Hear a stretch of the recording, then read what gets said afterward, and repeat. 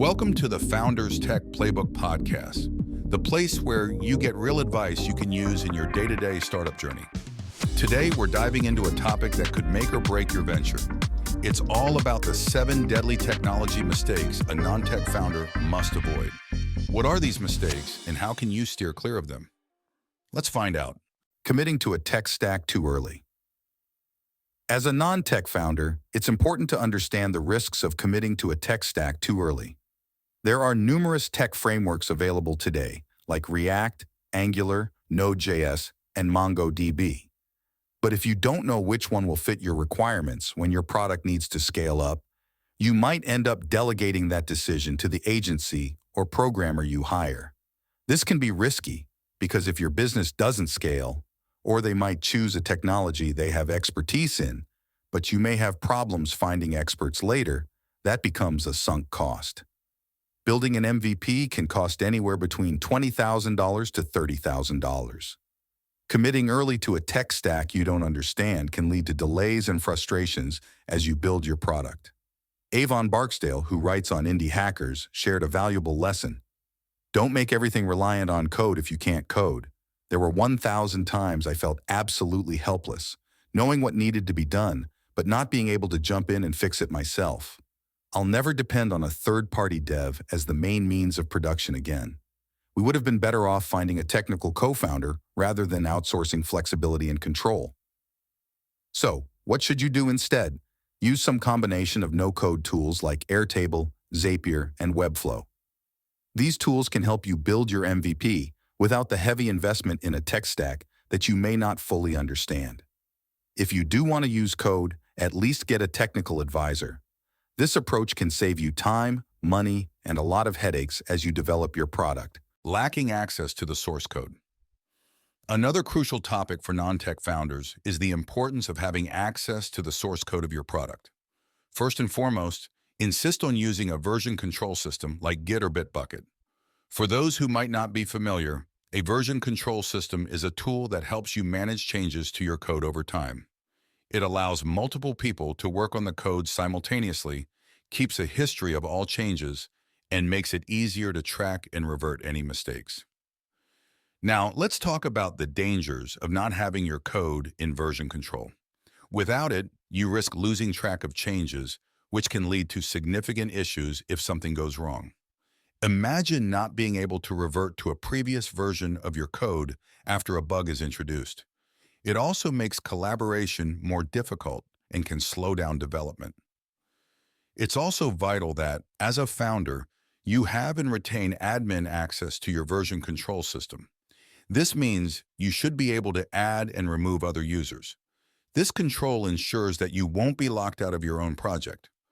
Unfortunately, there are times when bad agencies might refuse to give you access to your source code unless you pay up or agree to unreasonable terms. By maintaining admin access, you protect yourself and your project from these risks. So, always use a version control system and make sure you have full control over it.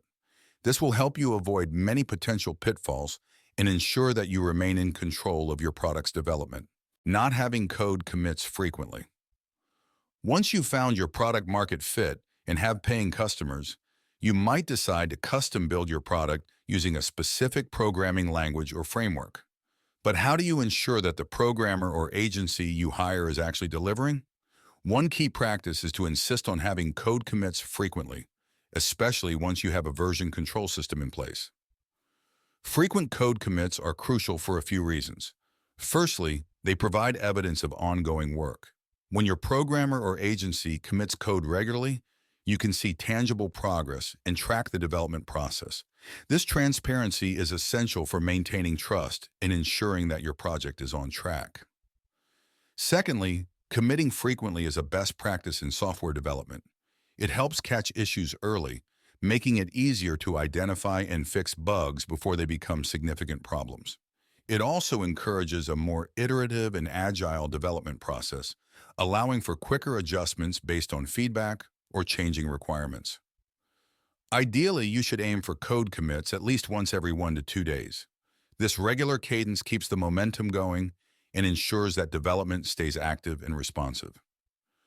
By insisting on frequent code commits, you not only gain visibility into the progress of your project, but also promote better development practices that can lead to a more robust and reliable product.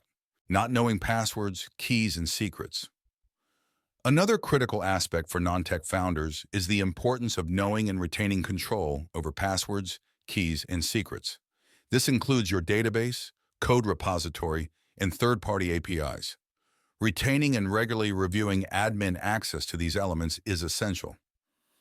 Having this access ensures that you can view and control costs associated with your infrastructure and services. It's also a security measure. If you don't have control, you risk unauthorized access or changes to your system. Here's some additional advice. Centralize credentials. Use a secure password manager to store all your passwords, keys, and secrets in one place. Regularly update passwords and keys to maintain security. Monitor access logs to keep track of who is accessing what and when. Enable two-factor authentication, 2FA, for added security on all critical accounts.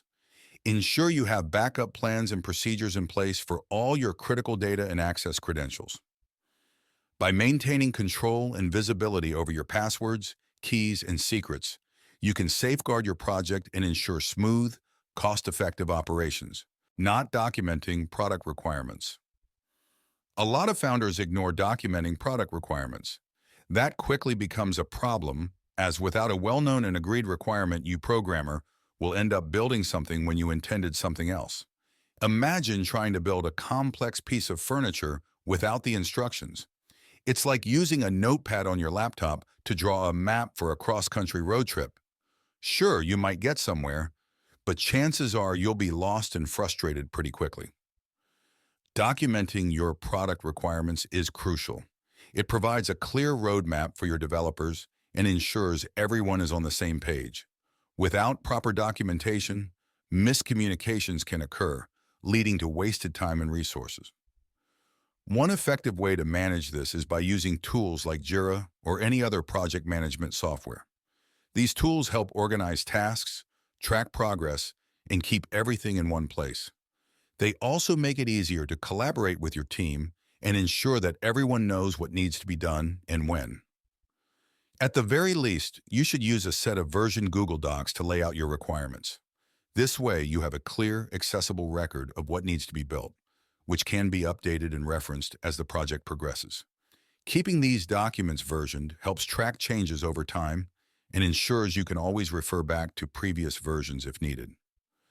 Proper documentation helps prevent misunderstandings, keeps your project on track, and ensures that everyone involved knows exactly what needs to be done. Not communicating early and often. Effective communication is absolutely vital, especially for non-tech founders working with remote teams or developers. Frequent communication helps ensure everyone is aligned and any potential issues are identified and addressed early. One of the best ways to facilitate this is by using communication tools like Slack, Microsoft Teams, or even WhatsApp groups. These platforms make it easy to stay in touch, share updates, and ask questions in real time. For sharing quick updates in an asynchronous fashion, tools like Notion are incredibly useful. Notion allows you to create a shared space where team members can access important information, updates, and documents whenever they need to, regardless of their time zone. Here are a few more tips for communicating with remote teams. Schedule brief daily check-ins to discuss progress, roadblocks, and plans for the day. These can be quick video calls or even text updates. Provide comprehensive updates at the end of each week to recap what's been achieved and what's coming next. Maintain clear and accessible documentation for all processes, requirements, and decisions. This ensures everyone has the information they need. Create a feedback loop where team members can share their thoughts, concerns, and suggestions.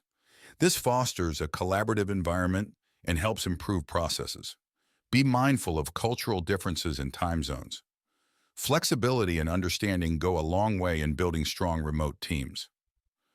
By using the right tools and maintaining regular, clear communication, you can effectively manage your remote team and keep your project on track. Waiting till the end of the project for a product review. One of the biggest mistakes a non-tech founder can make is waiting until the end of the project for a product review. Instead, it's crucial to have frequent demos of the working software.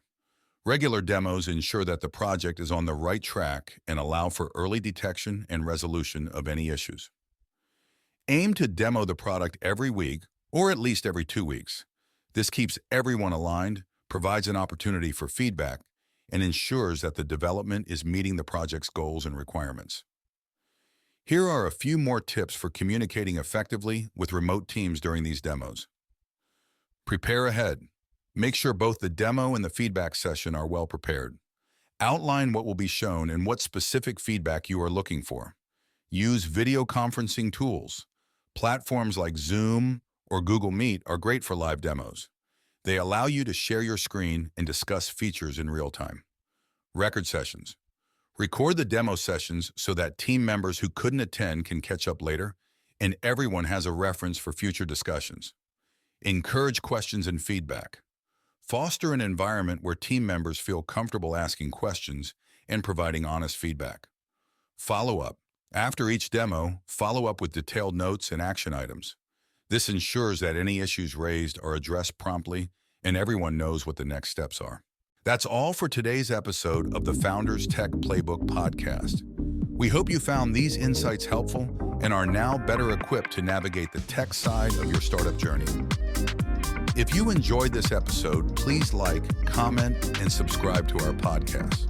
Your feedback helps us create better content and reach more founders like you. If you are a non-tech founder looking for technical guidance, book a free consultation through the link in the description. We'd be happy to help you out. Thanks for tuning in, and we'll catch you in the next episode.